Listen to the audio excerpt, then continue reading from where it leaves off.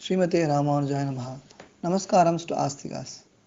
In the last few days, we learnt a bit on the current state of our Hindu temples in Tamil Nadu and the ongoing case against HR&CE in the Honorable Madras High Court, and also wondering why the Commissioner HR&CE had tendered an unconditional apology in the Honorable Madras High Court. Some of the Asthika friends who are listening to this broadcast had written emails to me asking me to give information about this case in detail. My thanks to them for their eagerness to know about the case and their care for our temples. Unfortunately, in this fast world, many do not have the time and patience to spend more than 5 or 10 minutes on such audio posts. That is the reason I had to try and split this into chunks which are less than 10 minutes. Many have also asked questions like what is UNESCO?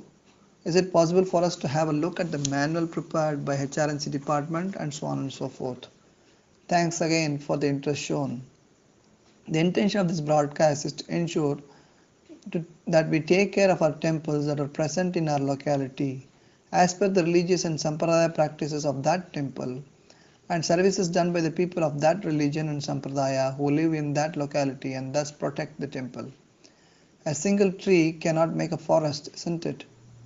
To protect and serve temples, we all have to unite.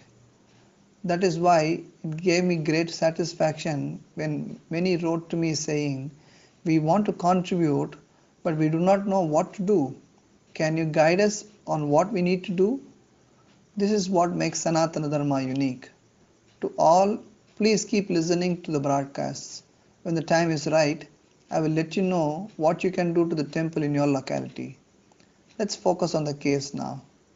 After the Honorable High Court had passed an order asking HR&CE to contact UNESCO for the preparation of the manual, the department felt that if they contact UNESCO, the questions that such an international and reputed organization may ask may lead them into trouble. Assuming that the Honorable Court will not check the manual, the Commissioner HR&CE filed the manual along with a false affidavit wherein he stated the UNESCO is not available at all in India. They did not stop there. They further lied, stating that one Mr. Arun Menon from IIT Madras, who is a structural engineer, and one Mr. Dayalan, who is a retired person from ASI as experts, who have credentials with UNESCO, and that they have prepared this manual with their guidance. It was known later that this is a lie as well. As the guidance for the petitioners is from the Supreme God Himself, with the resolve that by all possible means they need to try and prevent the destruction happening in temples in the name of renovation by the HR&CE, the petitioners contacted UNESCO's head office in Paris, France by email and sought an appointment so that they can fly to France to discuss about how they can help in protecting the temples. As soon as the director UNESCO received this letter, he wrote back to the petitioners explaining that they have a field office in New Delhi itself and that the petitioners can contact the Southeast Asia director of UNESCO in New Delhi. The petitioners wrote to UNESCO New Delhi seeking an appointment to discuss about the temples and gave a presentation. UNESCO patiently listened to the petitioners and were shocked when they heard that Mr. Dayalan and Mr. Arun Menon were projected as someone who has credentials with UNESCO by the HR&C department, that too in the court. This is because UNESCO never has the practice of providing any sort of credentials to individuals. During the meeting with the petitioners also presented the manual prepared by HR&CE and sought their feedback. However, UNESCO had politely declined, stating that they can't look into such without a formal request from the HR&C department or government of Tamil Nadu. When the case came up for hearing, the government pleader presented in the lines of the false affidavit. That is, he said that UNESCO is not available in India and that the manual is prepared with the guidance of IIT professor Mr. Arun Menon and retired ASI officer Mr. Dayalan, and also placed his prayer to dismiss the petition as the manual is already prepared by the department as required by the court. But HR&C department had overlooked an email sent by UNESCO to the Honorable Chief Justice where they clearly explained that the New Delhi office is one of the oldest field offices of UNESCO and that it is functioning from 1948. They also stated that they never knew Mr. Arun Menon and Mr. Dayalan, and they clarified that they do not have any practice to give credentials to individuals. UNESCO had marked a copy of this email to both HR&CE as well as the petitioners. It only shows that the careless attitude of HR&CE department, who did not even check the email in which they were marked a copy, yet come to the court and tell a blatant lie, isn't it? UNESCO further stated in 2014 that Tamil Nadu government had proposed Sri Ranganatha Swami Temple Srirangam and Chettinad cluster villages to be included in the World Heritage Site list. They further stated that with regards to Chettinad cluster villages, they had extensive discussions with Tamil Nadu, thus stating that the government of Tamil Nadu very well know that UNESCO is in India. The petitioners presented the letter to the Honorable First Bench and exposed the real face of HR&CE to the courts. The Honorable Chief Justice came down heavily for filing a false affidavit and condemned it. Referring to the letter from UNESCO where they stated that they were willing to offer their expertise if a formal request comes from the government of Tamil Nadu, he passed an order to the effect that HR&CE contacts UNESCO and get their feedback on the manual that they had prepared. Left with no choice, HR&CE approached UNESCO, presented the manual and requested them to provide their feedback on the manual. UNESCO gladly agreed to help but wanted to know on what basis such a manual is prepared, and without information in this regard, they said they cannot confirm the utility of the manual. They also wanted to know how the manual was prepared, who prepared it, and from whom inputs were received in order to provide their feedback on the manual. They also emphasized the fact that the success of such a manual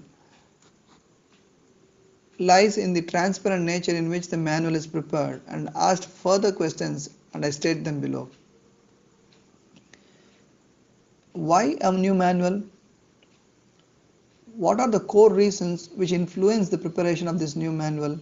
That is, example of mistakes or damages committed and root cause analysis of these mistakes. What are the existing manuals that are already available in conservation? What are the gaps in this manual which are identified as the reason for the damages in conservation of temples? What are the gaps, if any, identified in the existing laws and rules and regulations and processes? Who prepared the manual? What are the phases of manual preparation? What are the key aspects which are identified to be addressed in this manual, and how many of them are addressed and how many of them are rejected, and why? Was there a team responsible for the preparation of manual? If so, their expertise and role. How many times did the team meet before the manual was prepared, and the minutes of meeting? How many temples did the team visit and inspect before they prepared the manual and their field reports?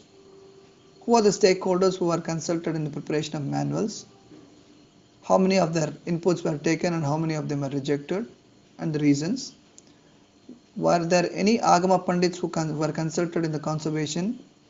What inputs are taken from them before the work began? When were the Shilpa Shastra experts consulted in the conservation? What inputs are taken from them before the work began? Who from organizations like ASI were consulted? What input did they give? What sort of engineers and scientists do you consult in manual preparation? What inputs are taken from them? Who are the end users of this manual? What are their roles and responsibilities? What are the various stages in conservation that these end users are required to consult the manual? What are the provisions to ensure strict adherence to the manual? What are the legal provisions that give sanctity to this manual? What are the provisions in law which mandates the implementation of this manual? How many temples were there today under conservation, and how many were done in the last 3 years?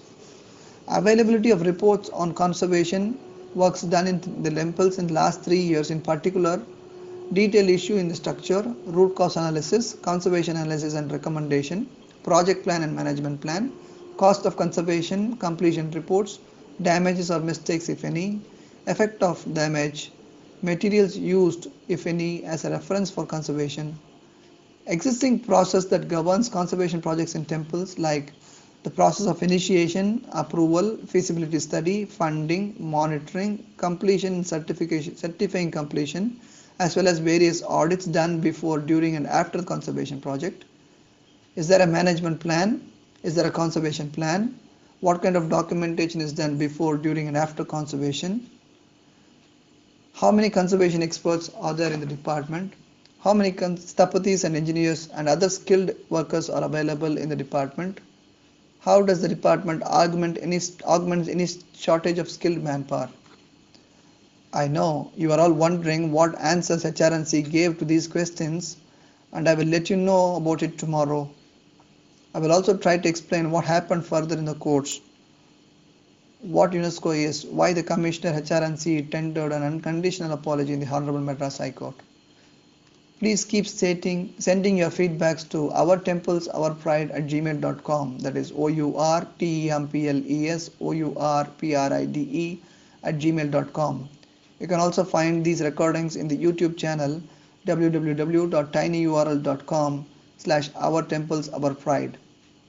That is www.tinyurl.com/OURTEMPLESOURPRIDE to subscribe to this channel. We also now have a Facebook page at www.facebook.com/ourtemplesourpride, wherein you can find how the newspapers covered the ongoing litigation and debates that happened in the mainstream media regarding the case. The Facebook page again is www.facebook.com/OURTEMPLESOURPRIDE. Take care. See you tomorrow again. Srimate Ramanujaya Namaha.